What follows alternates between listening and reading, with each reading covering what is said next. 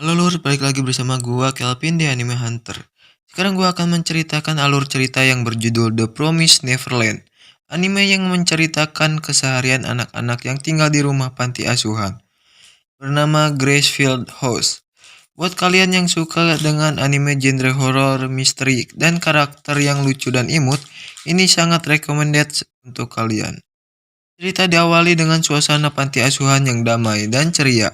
Panti asuhan itu bernama Gracefield House, berlatar waktu tahun 2045. Dimulai dengan keseharian anak-anak panti dari mulai bangun tidur, makan, belajar, dan bermain. Mereka adalah tiga tokoh utama, yaitu Emma, Norman, dan Ray. Selain mereka, ada juga karakter lain. Mereka bernama Don, Gilda, Connie, dan masih banyak lagi. Mereka dirawat oleh ibu panti yang mereka panggil dengan sebutan Mama. Setelah makan pagi, mereka lanjut dengan belajar. Pelajarannya cukup menarik, mereka mengerjakan soal dengan alat canggih. Tinggal meng-scan aja kode seperti di minimarket. Emma, Norman, dan Ray adalah salah satu murid terpandai. Setelah itu mereka lanjut dengan bermain dan membicarakan apa yang akan mereka lakukan saat mereka sudah diadopsi. Emma dan kawan-kawan ingin melihat dunia, kecuali Ray. Hal yang ingin dilakukan Ray adalah ingin bertahan hidup. Dan di panti asuhan mereka ada suatu larangan, yaitu untuk tidak mendekati pagar yang berada di hutan dan gerbang. Tidak tahu alasannya apa. Lalu saat malam tiba, ternyata Connie sudah ada yang ingin adopsi. Dan Connie pun pergi dengan diantar Mama. Singkat cerita, Emma melihat boneka Connie yang tertinggal. Lalu Emma dan Norman pergi untuk menyusul Connie. Sesampainya mereka di gerbang, Emma melihat sebuah mobil pengangkut barang. Dan betapa terkejutnya mereka berdua melihat isi dari mobil itu. Ternyata Connie yang sudah tidak lagi bernyawa. Tidak lama kemudian ada suara seseorang yang mendekati mereka. Emma dan Norman dengan cepat bersembunyi di kolong mobil. Betapa terkejutnya mereka, ternyata yang berbicara tadi bukanlah manusia, melainkan monster, atau mereka menyebutnya iblis. Iblis-iblis itu memakan manusia, dan satu hal lagi yang membuat Emma dan Norman terkejut.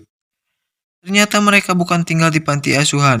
Namun sebelum itu, apa yang kalian tahu tentang peternakan? Pasti kalian berpikir adalah hewan. Namun bagaimana dengan peternakan manusia? Yap, Emma dan Norman baru menyadari bahwa panti asuhan yang mereka tempati sebenarnya adalah peternakan manusia, yang tinggal menunggu waktu hingga dipanen oleh para iblis.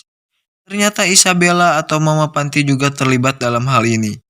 Mereka diberikan kertas yang berisi nama dan daftar anak-anak selanjutnya yang akan dipanen.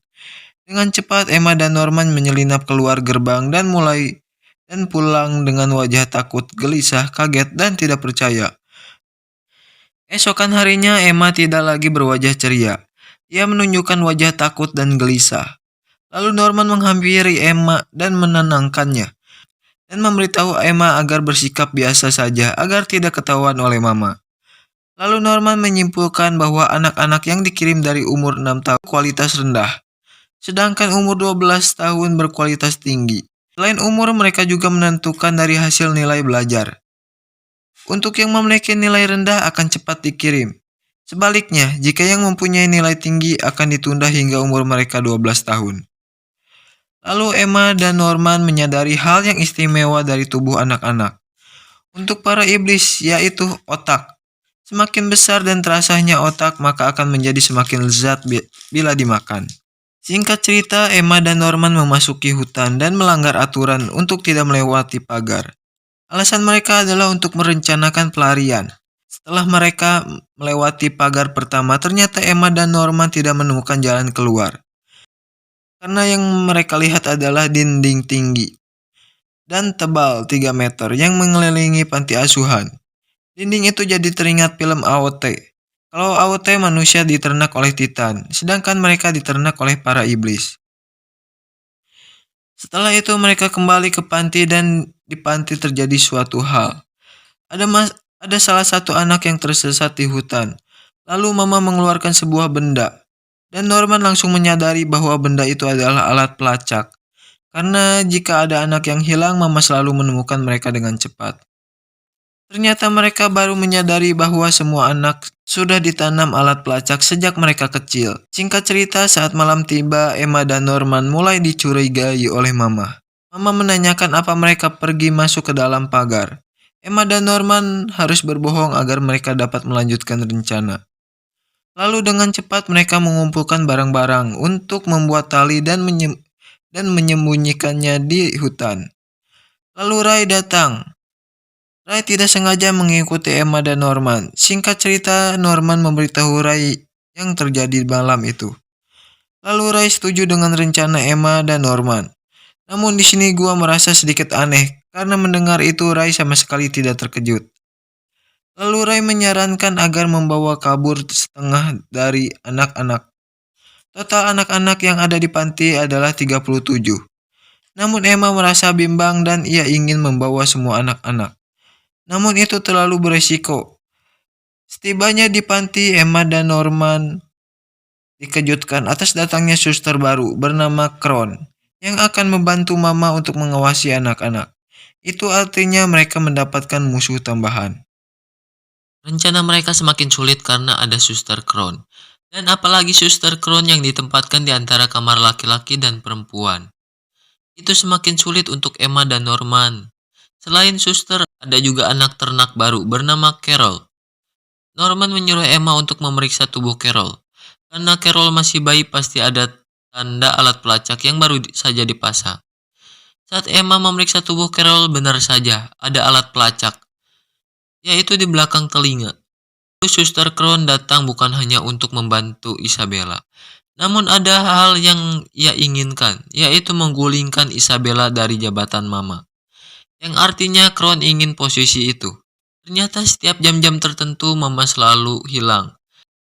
Ternyata ia selalu melaporkan perkembangan ternak kepada para iblis dan hanya peternakan milik Isabella saja yang hasilnya paling baik. Nah, berarti bukan hanya panti Isabella saja, pasti ada peternakan lainnya. Di keesokan harinya, Emma melapor kepada Norman dan Ray tentang alat pelacak yang ada di telinga mereka. Lalu Ray mengambil tugas untuk menghancurkan alat pelacak tersebut. Untuk masalah anak-anak yang akan dibawa kabur, Emma dan Norman akan melatih mereka lewat permainan kejar-kejaran yang memakai sebuah petunjuk tangan dan strategi lainnya. Dari kejauhan, dengan pandangan menyeramkan, Suster Crown mulai mendekati mereka dan mengajak anak-anak untuk bermain kejar-kejaran dengannya. Norman langsung menerimanya sebagai bentuk latihan untuk anak-anak. Dan ternyata Suster Crown lebih cepat dan pintar untuk menjebak anak-anak. Dalam hitungan menit saja Suster sudah hampir menangkap semua anak-anak. Bayangkan jika kalian dikejar oleh makhluk seperti Suster Crown. Kalian akan melakukan apa? Wajahnya serem banget, kayak kebawa mimpi. Emma hampir lolos dari kejarannya. Belum lagi Crown tahu Emma adalah anak yang melihat kejadian di malam itu. Tersisa dua anak, Norman dan Ray, dan akhirnya Norman berhasil memenangkan permainan itu. Di malam hari, tiga sekawan itu kembali berdiskusi. Lalu Ray dan Norman menyadari bahwa ada anak yang menjadi pengkhianat atau bawahan Mama untuk memantau anak-anak lain. Kecurigaan pertama datang dari Gilda. Suster Crown kembali berbincang dengan Mama. Ternyata Mama sudah mengetahui niat dari Crown yang ingin menggulingkannya. Lalu Isabella menawarkan jika Crown tidak macam-macam kepadanya, Isabella akan membantu Crown agar dipromosikan menjadi Mama. Setelah itu Crown balik kanan. Di kamar Crown mengamuk menjadi monster yang lepas kendali. Crown jadi sangat membenci Isabella. Di keesokan harinya, Emma, Norman, dan Ray kembali menyusun rencana, yaitu mereka akan membuat kelompok yang terdiri dari dua grup. Jika kalian anak yang lahir tahun 90 hingga 2000-an, kalian pasti tahu permainan polisi dan penjahat. Mereka akan melakukan permainan ini dengan strategi baru. Emma, Norman, dan anak-anak lain akan lari duluan. Sedangkan Ray dan pasukannya akan menangkap mereka. Mereka juga menggunakan isyarat tangan. Setelah permainan berakhir, mereka mulai mencurigai Don. Karena setelah permainan selesai, Don selalu dekat dengan Mama. Norman menanyakan kepada Ray alat yang Ray buat untuk menghancurkan alat pelacak. Ternyata Ray akan siap 10 hari lagi. Secara mendadak, Norman ingin rencana pelarian dilaksanakan pada 10 hari lagi, bertepatan dengan penghancuran alat pelacak. Singkat cerita, pada saat malam tiba, Emma, Norman, dan Ray bertemu dengan Gilda dan Don. Lalu Emma berusaha memberitahu Don dan Gilda yang terjadi di malam itu. Awalnya Don tidak percaya, namun dengan bantuan Ray dan Norman, akhirnya Don percaya. Mendengar hal itu, Don sangat terkejut. Namun Norman memberitahu bahwa Connie sudah dijual, bukan dijadikan makanan iblis. Itu semua agar Don tidak terlalu syok. Singkat cerita, Don dan Gilda akhirnya menyetujui Emma dan Norman. Mereka akan bekerja sama untuk melarikan diri. Di malam hari, Gilda bangun dan mengendap-endap keluar kamar. Namun Gilda diikuti diam-diam oleh Emma. Chin beralih ke Mama yang mendapatkan surat yang memberitahu bahwa Norman menyimpan tali di bawah kasurnya. Kembali ke Gilda, ia mendatangi kamar Suster Crown. Ia dipaksa untuk menceritakan apa yang akan dilakukan oleh Emma. Namun dengan keteguhan hatinya, Gilda akhirnya tidak jadi membeberkan rencana Emma. Akhirnya Emma pun merasa senang. Nah, jadi penasaran kan siapa yang berkhianat? Apakah Gilda, Don, atau ada yang lainnya? Ayo tonton terus ceritanya. Singkat cerita, malam tiba. Norman dan Ray mulai mengambil tali yang disembunyikan. Namun tali yang disembunyikan di bawah kasur Norman hilang. Ternyata pelaku pengkhianatannya adalah Ray. Wow, Ray sungguh tidak terduga. Alasan Norman menuduh Ray karena Norman memasang jebakan. Ray hanya tahu Don dan Gilda yang mengetahui tali ada di kolong kasur. Namun ternyata Don diberitahu oleh Norman bahwa talinya ada di ruang makan. Jadi sebenarnya Don tidak tahu bahwa talinya ada di kolong kasur. Yang mengetahuinya hanyalah Ray. Jadi saat talinya hilang sudah pasti hanya Ray lah pelakunya. Dan ya akhirnya Ray mengakui bahwa ia adalah mata-matanya Mama. Lalu Ray juga mengaku bahwa ia sudah menjadi mata-mata dan sudah mengetahui kedok panti asuhan sejak ia berumur 6 tahun. Norman berunding dengan Ray dan menawarkan penawaran yang saling menguntungkan. Penawaran yang pertama adalah Norman ingin Ray menjamin keselamatannya. Norman dan Emma ingin Ray tetap bersama mereka. Yang kedua, beberkan semua informasi yang Ray ketahui tentang Mama dan Panti. Yang ketiga, ubah haluan Ray sekarang menjadi mata-mata ganda. Lalu terungkap satu fakta lagi, ternyata yang meninggalkan boneka Connie adalah Ray. Agar Emma dan Norman mengetahui apa yang sebenarnya dari Panti.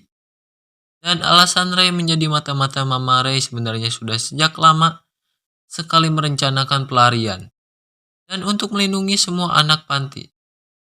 Tapi cara yang Ray gunakan memiliki resiko tinggi. Karena ia harus mengorbankan keluarganya dulu. Seperti Connie. Ray meminta dua persyaratan dengan Mama. Yang pertama, jangan mengirimkan Ray dalam waktu dekat. Yang kedua, jika kerja Ray bagus, ia ingin meminta suatu barang berbagai benda yang tidak ada di panti. Ray selalu mengumpulkan barang-barang untuk bereksperimen dan menjadikan alat perusak yang dapat merusakkan alat pelacak. Dan akhirnya mereka berdua setuju. Di keesokan harinya, Emma menjelaskan kenapa Mama selalu hilang di jam-jam tertentu. Itu karena Emma mencurigai Mama masuk ke ruangan rahasia untuk menyerahkan laporan rutin. Karena penasaran, Don dan Gilda mencoba masuk ke ruangan Mama untuk memeriksa kebenaran ruangan rahasia itu. Setelah masuk, Don dan Gilda tidak menemukan apa-apa. Namun Gilda melihat celah di atas lemari. Dan saat lemari digeser, ternyata benar. Pintu rahasia di balik rak buku ruang rahasia lainnya yang terletak di bawah lantai. Sekali mainan, termasuk juga boneka milik Connie yang disimpan. Don kembali mengungkap misteri, ternyata benar. Di ruang rahasia itu Mama sering melakukan laporan rutin dengan ditemukannya radio telekomunikasi. Artinya Don curiga atas kejadian Connie. Norman berbohong jika ia tidak tahu soal yang terjadi pada Connie. Di perpustakaan, Emma, Norman, dan Ray mencari informasi tentang dunia luar lewat buku. Emma menemukan buku yang berlogo burung hantu dan lingkaran yang patah-patah. Membuat buku itu bernama William Minerva. Di setiap buku ciptaan William terdapat logo lingkaran patah-patah. Logo itu selalu berbeda-beda. Ternyata itu adalah sebuah kode Morse. Arti dari kode itu terdiri dari lari, curiga, bahaya, kebenaran, panen, monster, peternakan, dan janji. Semua pesan itu dikhususkan untuk para anak-anak yang ingin melarikan diri. Jadi kesimpulannya, dunia luar mendukung rencana mereka. Pada logo itu bertuliskan tahun 2015, yang artinya buku itu sudah ada sejak 30 tahun silam. Dan hanya satu buku saja yang tidak memiliki arti kode, karena memiliki lingkaran penuh. Lalu buku itu bercerita tentang cara bertahan hidup.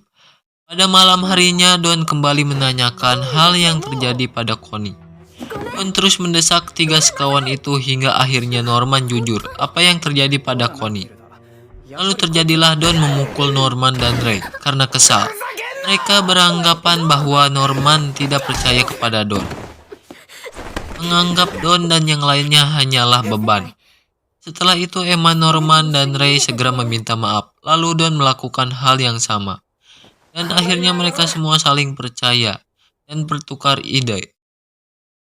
Lalu Ray melaporkan informasi palsu kepada Mama bahwa Norman ingin membunuh Mama.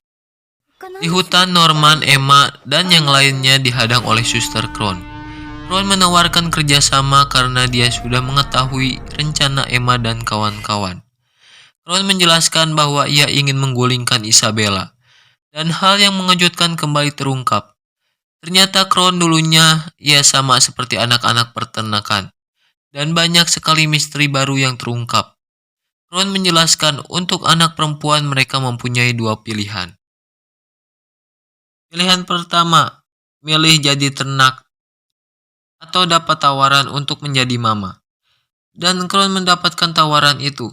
Semua anak yang menerima tawaran itu akan dipasang chip di jantung mereka. Jika mama melanggar janji, chip itu akan melakukan serangan kejut ke jantung.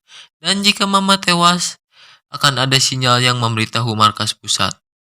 Akhirnya Crown dan Norman melakukan perjanjian dengan syarat Emma meminta keselamatan dan informasi bagi anak-anak. Saat malam harinya, Emma dan Norman mendatangi kamar Crown. Dan Norman meminta Crown untuk menunjukkan di mana letak alat pelacak dan meminta Crown menunjukkan alat pelacak. Crown memberitahu bahwa alat pelacak ditanam di telinga, sembari menunjukkan alat pelacak miliknya. Crown memberitahu jika ingin cepat mematahkan alat pelacak, mereka harus memotong telinga. Hal terakhir yang Ray butuhkan untuk menghancurkan alat pelacak adalah bagian dari sebuah kamera. Singkat cerita, Emma, Norman, dan Ray menjebak Crown. Akhirnya Crown masuk perangkap. Crown mengacak-ngacak lemari milik Ray dan menemukan sesuatu yang membuatnya terkejut. Setelah itu Isabella datang ke kamar Crown dan memberikan surat dari markas pusat bahwa Crown diangkat menjadi mama di Plan 4. Mendengar hal itu, Crown bukannya senang, tapi malah merasa makin kesal kepada Isabella. Bukan hanya kesal, namun juga Crown merasa ketakutan. Lalu Crown mendatangi gerbang untuk bertemu dengan Grandma dan memberikan bukti yang ia dapat dari lemari Ray. Namun Grandma tidak peduli dengan isi surat itu. Dan Isabella lebih berguna dibandingkan isi surat dan Crown. Di sini kita diperlihatkan kisah balik Crown sebelum menjadi suster. Dia berjuang susah payah sampai ada seorang dokter yang tersengaja menjatuhkan pulpen yang diambil oleh Crown. Lalu Crown menyimpan pulpen dan sebuah kotak di lemari salah satu anak. Pada akhirnya Crown dibunuh oleh iblis itu. Scene beralih pada Ray dan kawan-kawan yang akan melancarkan aksinya. Dimulai dari Emma dan Norman yang pergi untuk memanjat tembok. Saat Ray akan bertukar bahan kimia dengan Mama, lalu Mama mengatakan ia sudah menyingkirkan Suster Crown dan sudah mengetahui rencana mereka yang pada akhirnya Ray dikurung di suatu kamar. Melihat ada yang tidak beres, Don mencoba menolong Ray dan mendobrak pintu kamar. Lalu mereka segera menyusul Emma dan Norman untuk memberitahu kalau misi mereka gagal. Dan benar saja Mama sudah sampai di tempat Emma dan Norman. Lalu kembali membujuk mereka. Singkat cerita, Emma menolak ajakan Mama. Lalu Emma menyerang Mama. Namun naas, Mama mematahkan kaki Emma. Ray dan Don yang datang terlambat, akhirnya mereka semua menyerah. Lalu Mama memberitahu bahwa Norman akan segera dikirim. Beberapa hari kemudian, Norman menanyakan bagaimana Ray bisa tahu tentang yang terjadi di panti asuhan. Lalu Ray menceritakannya. Ray mengetahui sejak awal. Ray terlahir dengan keistimewaan. Jika anak-anak lain akan melupakan ingatan masa kecilnya, maka Ray sebaliknya. Ia ingat semua kejadian yang terjadi mulai dari masih dalam kandungan. Ia mengingat lagu pengantar tidur hingga wujud dari semua iblis yang Ray lihat sejak masih bayi. Sampai akhirnya Ray sampai di panti asuhan ini. Itu alasannya saat di awal, hal yang ingin dilakukan Ray saat keluar dari panti adalah ingin bertahan hidup. Karena ia sudah mengetahui semuanya sejak awal. Emma menanyakan apakah sebelum datang Ray melihat dunia luar. Ternyata tidak. Yang ada di luar ternyata markas pusat. Lalu Mama mengumumkan bahwa besok malam Norman akan diadopsi. Anak-anak lain berpikir demikian. Namun, Don, Gilda, Emma, Ray, Lanyon, dan bocah satu lagi gua lupa namanya. Kaget mendengar kabar itu. Ternyata Suster Crown meninggalkan barangnya di lemari milik Norman. Lalu Norman menjelaskan apa yang tadi ia lihat dan menggambarkan sketsa untuk pelarian Emma dan anak-anak. Norman melihat bahwa di luar tembok terdapat satu jembatan, namun dengan pengawasan ketat. Lalu ia menemukan sebuah tebing, hanya itu satu-satunya jalan, agar tidak ketahuan oleh para iblis.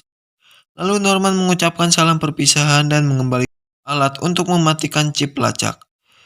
Saat akan pergi, saat perjalanan menuju gerbang, Norman bertanya apa Mama bahagia. Dari reaksinya pasti Mama tidak bahagia. Namun ia menutupi. Scene beralih, Emma datang menemui Ray di ruang makan. Mereka membahas lagi rencana selanjutnya. Emma mengatakan karena Mama terlalu fokus dengan Ray dan Emma, maka anak-anak yang lain tidak terlalu diawasi. Hal itu membuat rencana mereka semakin mudah. Oh ya, malam ini adalah malam terakhir Ray.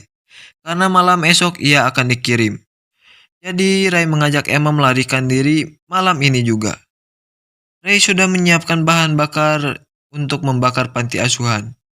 Di sini Ray juga sudah gila karena mentok Eddie. Agar misinya tidak gagal lagi, Ray akan menjadi tumbal. Ia akan membakar dirinya untuk mengalihkan perhatian Mama. Akhirnya Ray menyalakan korek api dan boom. Suara Emma yang keras memaksa Mama melihat kejadian itu. Emma memberitahu Mama bahwa Ray ada di dalam api. Lalu Mama melihat alat pelacaknya dan benar alat itu menunjukkan Ray ada di dalam sana. Lalu Mama lengah, Emma ternyata sudah melarikan diri. Mama melihat alat yang menunjukkan Emma ada di lorong. Namun itu ternyata hanyalah telinga saja. Emma memotong telinganya sendiri. Dan, kok Ray masih hidup? Ternyata inilah yang sebenarnya terjadi. Saat Ray melempar koreknya, Emma dengan cepat menangkap korek itu. Lalu datang dua anak yang gua suka, yaitu Toma dan Lanyon, yang membawa baju ganti untuk Ray. Setelah itu Toma dan Lanyon menggantikan Ray dengan daging dan sosis. Ray pun sama, ia memotong telinganya agar terlihat lebih real. Karena chip itu sangat amat mengganggu. Lalu isi dari kotak yang Suster Crown bagi adalah satu pulpen dan 2 buah kunci. Ray yang sebelumnya sudah pasrah dan tidak menyangka akan rencana Norman. Pada saat Norman dan Emma datang ke kamar Crown, Don dan Gilda membawa Lanyon, Toma, dan beberapa anak untuk mendengarkan diskusi mereka. Lalu Mama mungkin menyadari bahwa Emma sedang murung. Namun semua itu bagian dari rencana. Sebenarnya Emma pura-pura murung dan memberikan instruksi kepada anak-anak. Lalu arwahnya Norman datang dan mengucapkan selamat kepada Emma. Oh iya, kenapa anak-anak yang lain tidak memotong telinga mereka? Itu karena alat milik Ray yang mematikan chip pelacak itu. Lalu kenapa Emma dan Ray tidak memakai alat itu dan malah memilih memotong telinga mereka? Itu semua demi menyukseskan jalannya pelarian. Akhirnya keputusan Emma hanya membawa 15 anak yang umurnya sudah 6-12 tahun. Sedangkan yang balita Emma tinggalkan.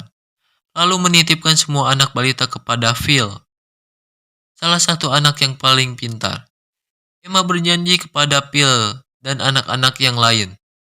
Dan dari plan lain juga, Emma meminta waktu selama 2 tahun. Karena dari waktu itu tidak akan ada anak yang akan dipanen. Karena mereka semua masih balita. Karena Norman sudah memeriksa ada tebing yang dekat dengan tembok, maka jalan satu-satunya adalah itu. Kalau perkiraan gua, jarak tebing dan tembok mungkin sekitar 50-70 meter. Namun itu semua bukan halangan bagi mereka, karena Don dan anak-anak yang lain sudah berlatih dengan menggunakan lemparan batu. Singkat cerita, Don berhasil meluncur ke lain sisi. Selanjutnya ada roket air buatan Lanyon dan Toma yang sama-sama berhasil. Lalu arwahnya si Norman balik lagi dan menemui Ray menunjukkan hasil usahanya, lalu Ray mengakuinya. Singkat cerita sudah semua anak yang menyeberang. Tinggal Emma. Namun ternyata si mama sudah ada di sampingnya dan memunyuk anak-anak untuk kembali. Namun semua itu sia-sia. Ya, gua juga gak mau kalau di posisi si Emma. Gak mau balik lagi buat apa balik lagi hanya untuk menjadi pakan para iblis.